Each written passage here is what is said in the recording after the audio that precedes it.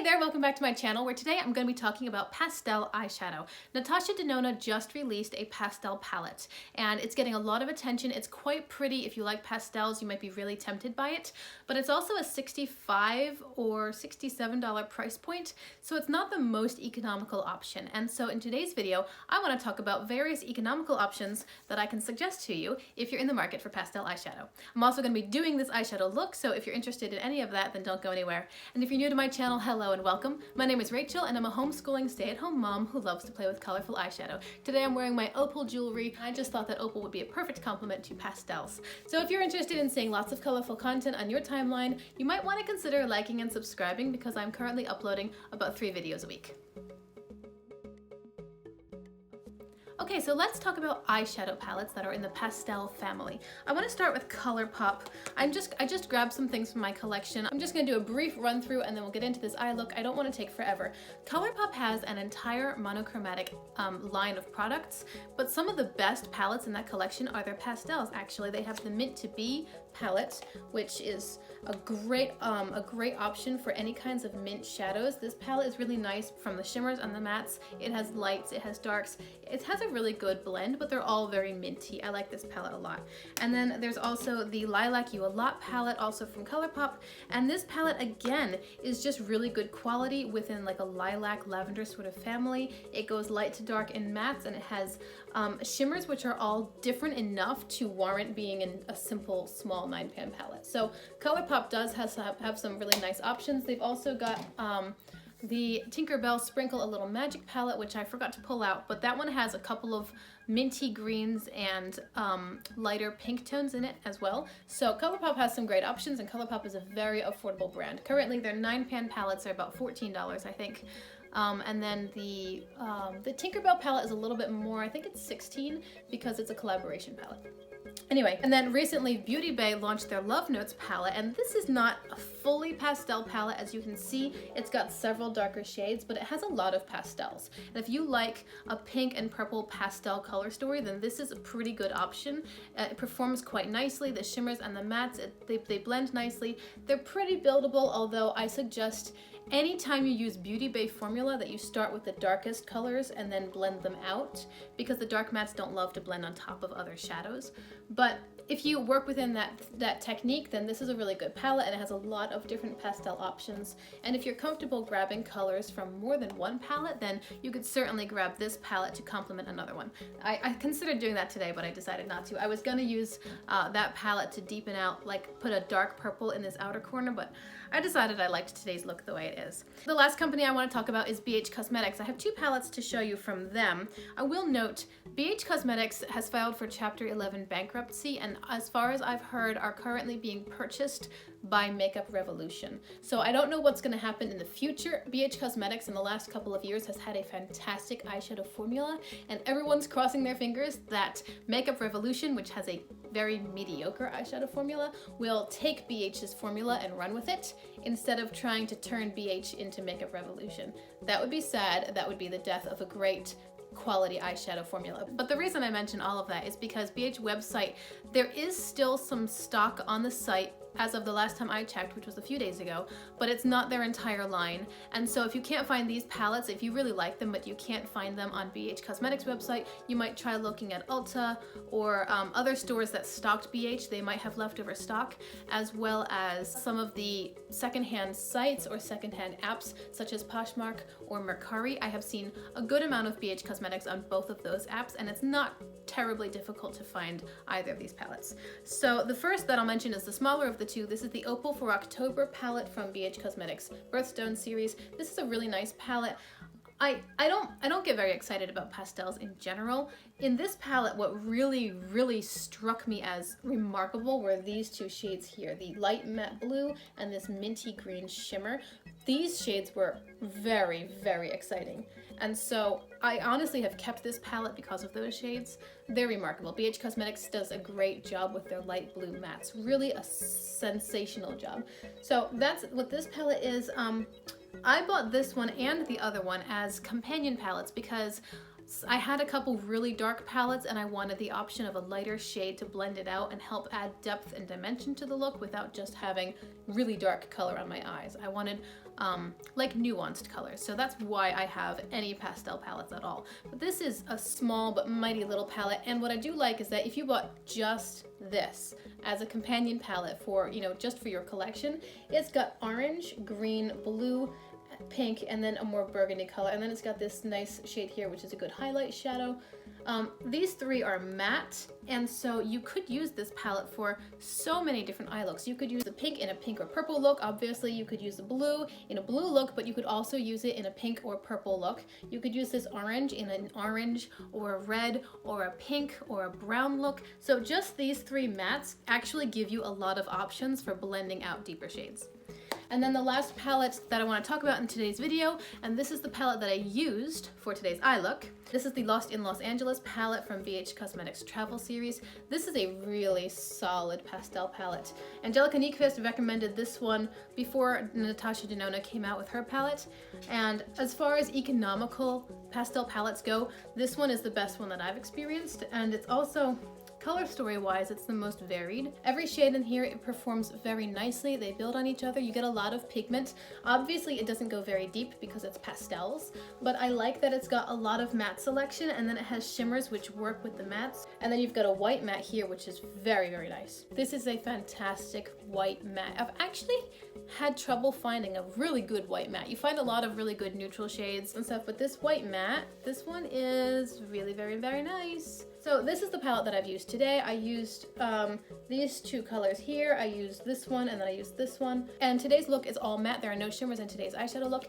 Of all the palettes that I've talked about in this video, the one that I would recommend, I would say all of them are good for their own reasons. The ColourPop ones are great if you really love a lilac or a mint, like you love that color. Certainly I recommend grabbing the Mint to Be or the Lilac You a Lot, because you will get 9 great shade options within that color that you love.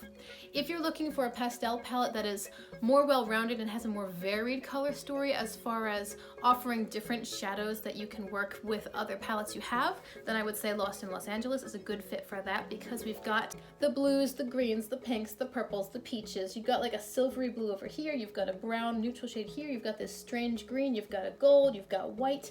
It has a lot of colors to work with, and so you could pair this with pretty much anything in your collection. Even if you just have a very neutral heavy collection, this palette would be a good companion, because you could take a neutral look and just add a pop of color.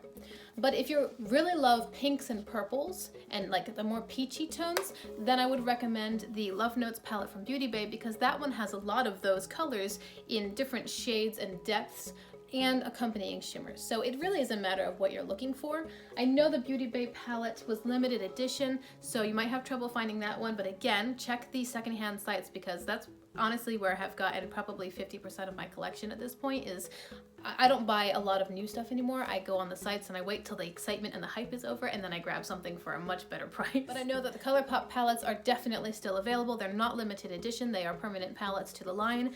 And then this one, again, if you can find this one and you don't have a pastel but you want a pastel palette to round out your collection, I recommend this one. I have not personally tried the Natasha Denona pastel palette. I probably never will, because I don't love pastels, because I'm happy with what I've got, and because I don't love the price point. But if you like that palette and you love the Natasha Denona formula, which I've heard people rave about, and maybe you're a collector, or maybe that price point doesn't frighten you away, then absolutely I would say go for it, because I think that that palette offers a lot more variety within the shades. I think there are a couple of duo or multi-chromes in that palette. And then of course, if you love the formula, you're probably gonna like how she does pastels in general. I have heard some people say that she's had pastels as a pop here and there in previous older palettes, and they're always done well. So I would assume that a fully pastel palette is going to be, a good addition to her line. So those are my thoughts. Those are my pastel palettes. And without further ado, let's get into this eye look. Okay, so to start off today's eye look, everything I'm going to be using will be out of the Lost in Los Angeles palette. I've already primed my eyes using the Glamlite Icing Primer in the shade White Frosting. And my plan is to do pink, blue, purple in just a gradient, and then maybe like a white inner corner. I haven't decided if it'll be white matte or white shimmer. But I'm going to start off by taking a small blending brush and dipping into the shade 90210, which is just a kind of baby pink, and I'm going to put this on my inner corner. I have to say I had a little bit of trouble getting excited about doing this look I wanted to make this video because I know that the Natasha Denona Palettes release is, you know, topical currently. And I wanted to do this video because a lot of people are getting excited about it, but it's kind of an expensive price point. But pastels are not what get me excited. I don't think I ever want to go for a pastel look, like an only pastel look. In fact, I bought this palette as a companion for other palettes. But I did do a palette bingo with this palette once, and the look was okay. It wasn't very exciting because I only used this palette and I didn't get to choose the colors. And then the only other time I did an all pastel look was when I bought the Opal for October BH Cosmetics palette. And again, there were like 5 shades to choose from. So I decided to change my mindset about this video because this time I get to choose whatever shades I want to build my own look from here. So now I am kind of excited about it because I like the idea of taking what I know to be good quality shadows in good color payoff and making a look that excites me. Like the challenge itself is to use a pastel palette to create a look that I get excited about. As you can see, I'm laying down this pink shadow right in the inner crease and inner corner, and it's gonna take up about 1/3 of my eye. Now I'm gonna dip into the blue matte next to it called LAX. The BH Cosmetics does a fabulous job with their blue pastel mattes, like just a really good job. And I'm gonna put this next to the pink, so it's gonna be pink and then blue, and then I'll leave space in the outer corner for the purple. So the blue is just gonna go down in the very center of the lid and up into the crease. And I'm not too concerned about blending these colors out because they're already pastels. This is what I would use to blend something out. But where the colors meet, this is where it gets a little bit tricky. I don't want it to become one blob of color. I want the colors to be distinct but still kind of blended together so that there is a bit of transition and gradation. Is gradation a word? I don't know if gradation is a word. Gradient is what I mean. I don't know if gradation's a word. But anyway, you know what I mean. I mean gradient. I want there to be a gentle gradient from one color into the next, not a really harsh or stark line, and also not too much blending where it just becomes one blob of like a purplish color. So I'm placing the blue down first. I'm not trying to blend it yet. I'm just putting it in place, making sure that the sides are approximately even. And then with no additional product on my brush, what I'm going to do is I'm going to go over where these two colors meet. I'm just going to very gently, in very small sections, blend the pink over onto the blue.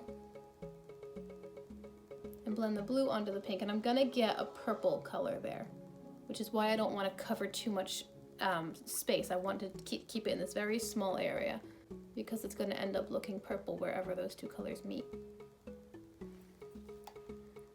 Another technique that I like to do when I'm trying to blend colors like this is to start like on the line itself and just pull the brush down instead of going side to side, because sometimes side to side can pull too much product from one color onto the next.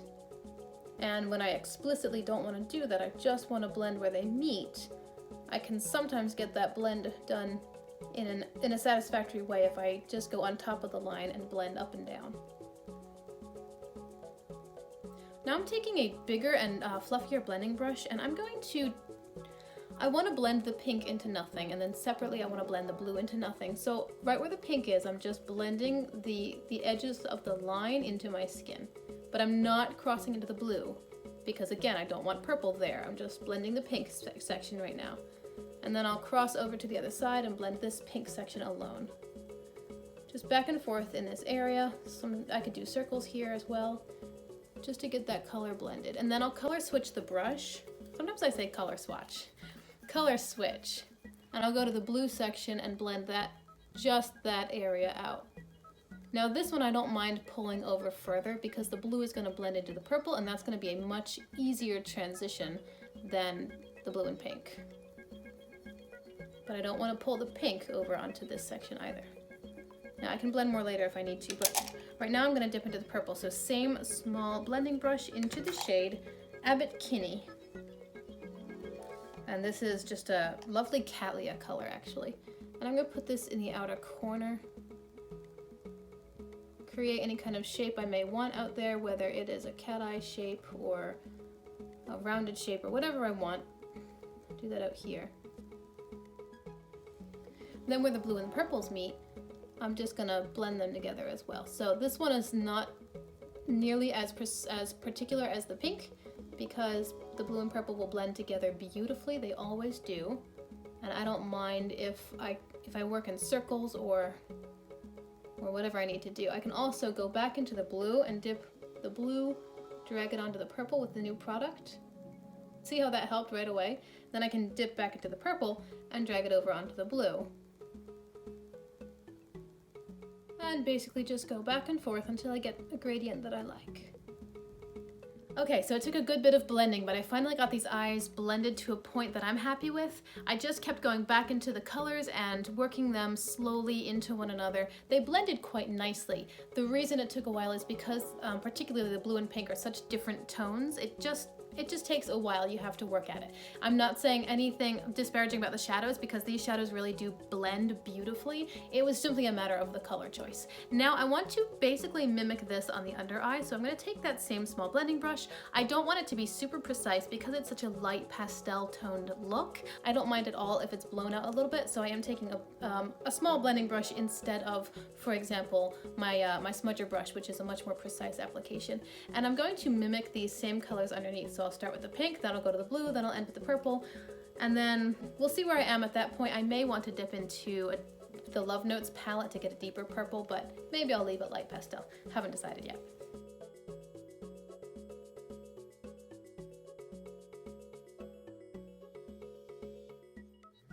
I'm going to take a detail crease brush from e.l.f. This one's quite fluffy, but it's slightly pinched, so it's more like a loose and puffier fan shape.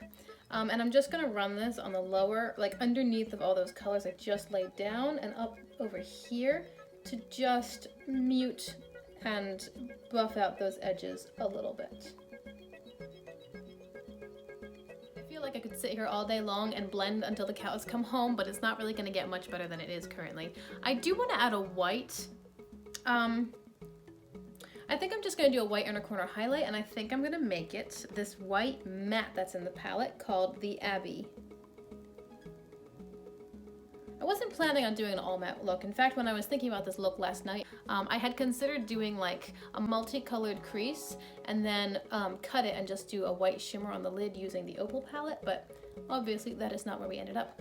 I've got the Abbey on this small pencil brush, and it's just a white matte. I'm going to put it right here at the very inner corner. And I'll drag that slightly down and push it slightly up.